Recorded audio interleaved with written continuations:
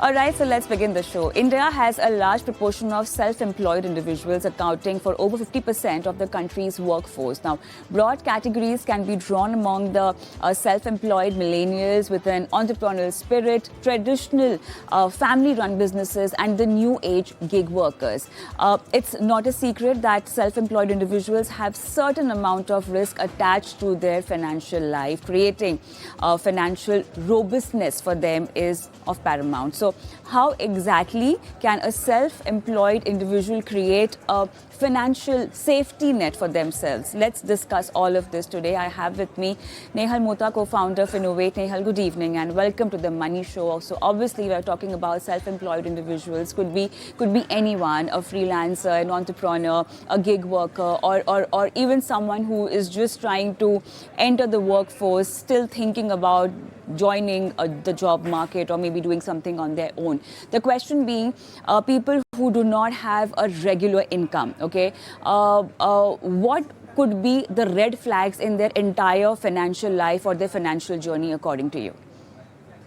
Good evening, Kavita, and thank you for having me on show. And good evening to all the viewers. There are a few things which we see as a pattern with the financials of self-employed people. First of all, that they mix their personal finance a lot with the business finance.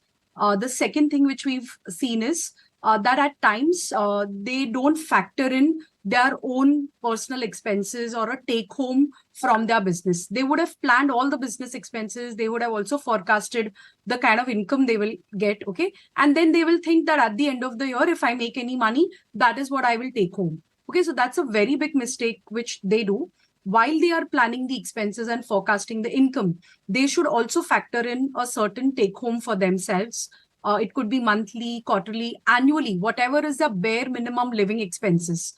That is what they need to plan, in their finances. For someone who is still thinking that whether he should be joining the job market or he should be an entrepreneur, they need to be really sure that can they actually maintain the lifestyle which they are living for the next 18 months at least.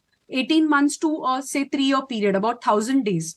Can you actually live on 1,000 days just from the income which the business may or may not generate? Can you sustain for that 1,000 days? If you can, then you should really think of taking this plunge as an entrepreneur and even like have a small business plan, have that visibility that for 1,000 days, if my business doesn't pay me any income, then can I actually sustain the expenses not only of the business but also myself personally? Okay, so these are the few things which someone who is planning to start a company and be an entrepreneur, and someone who's already an entrepreneur, keep this in mind. So there are two kind of people that I want to elaborate on, when you talk about self-employed people. So there are people who right from the first day they want to become an entrepreneur or someone who has their own business or anything that doesn't evolve then being in a job market. And then there are few people who maybe through early retirement or maybe want to have something else to do in their life after spending a particular amount of time in a particular job. The scenario and financial planning and the strategy would be different for both these kind of individuals. Someone who's just starting out as an entrepreneur and someone who has been a part of the job market but now is going on an entrepreneurial journey or maybe doing something on freelance basis.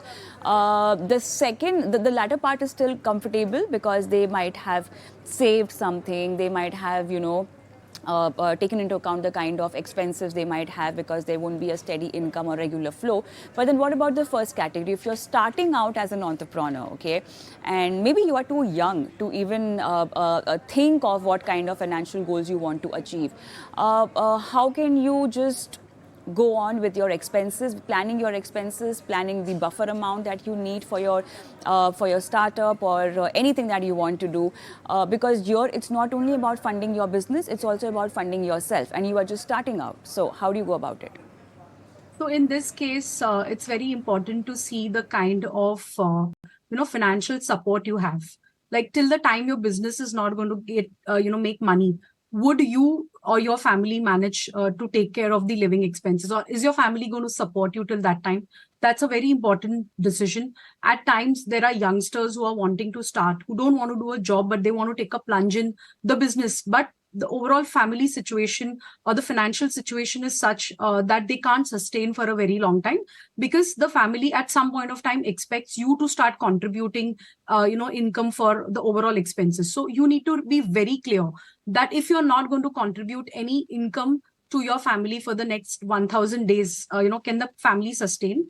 And forget you contributing income, your own expenses have to be supported. So if the answer is that I have that much of a cushion, or I have some capital to start with, which can take care of my business for 18 to say 3 years, 18 months to 3 years, and even if I don't withdraw anything from my business, my personal expenses are also well funded, then that's a different thing altogether, and you can really think of entrepreneurship in the beginning of the career.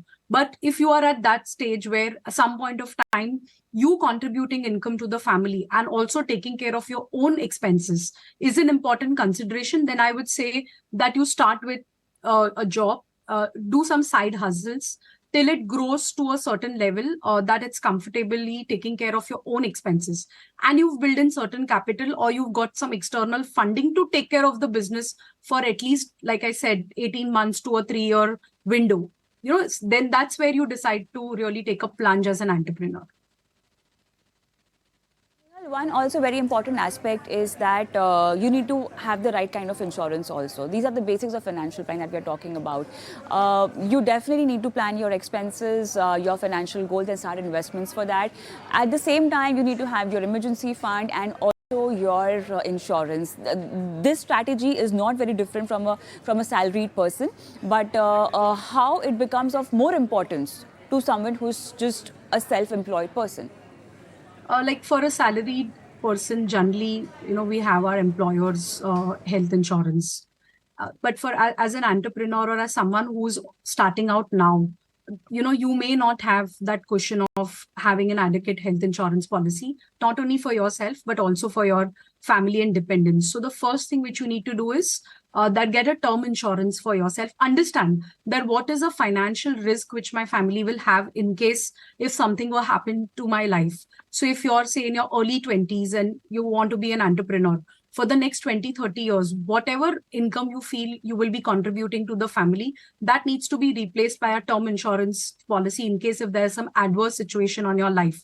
So a term insurance is must, irrespective whether in your 20s, 30s, 40s. An X multiple of your annual income, which you feel will be your annual income, is a must. And health insurance, not only for yourself, but for all the dependents in the family, is absolutely must. At times, most of the families do have health insurance, but as the parents are growing older, the need for health insurance also keeps going up. So regularly keeping that checks and balances in place, that as the family is aging, do they have that adequate health insurance? And apart from that, a personal accident and disability policy is also a must, because at times when we are young, we don't really think of mortality, but it may happen that there could be some, small accidents which could take you out of work for some time. And at that point of time, something like a accidental disability policy can be very handy. So these are a few things. And like you rightly said, the emergency fund, irrespective of whether you're starting out, you're in your mid-30s, you have an established business, whatever is the 6 months expenses, the personal expenses, that should be parked into an emergency fund, an ultra liquid kind of a mutual fund or something, a liquid funds, where you can access that funds, on just a trigger. And even for your business, at least 6 to 12 months of your business expenses should be parked in emergency fund, even for the business. In the COVID times, we had seen a lot of entrepreneurs faced a lot of challenges because suddenly the incomes dropped substantially, but the expenses were same. They had to pay rents, they had to pay salaries. Okay, at that point of time, for the people who had created that emergency fund, it came in handy. But a lot of businesses had not planned for something like a COVID. And so both at the personal level and at the business level, maintaining a 6 to 12 month of expenses as an emergency fund comes in very handy in such situations. All right. Considering the fact that you don't have a regular income, and if there's someone who gets money in chunks or maybe in lump sum, how would you advise them to, balance it out between their expenses, their investment strategies? First of all, the money is coming in lump sum.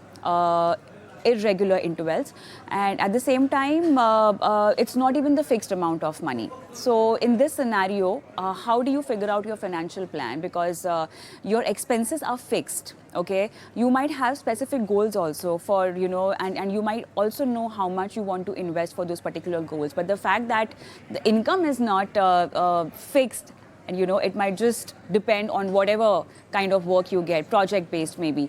How do you sort out a definite and a fixed financial plan in this scenario?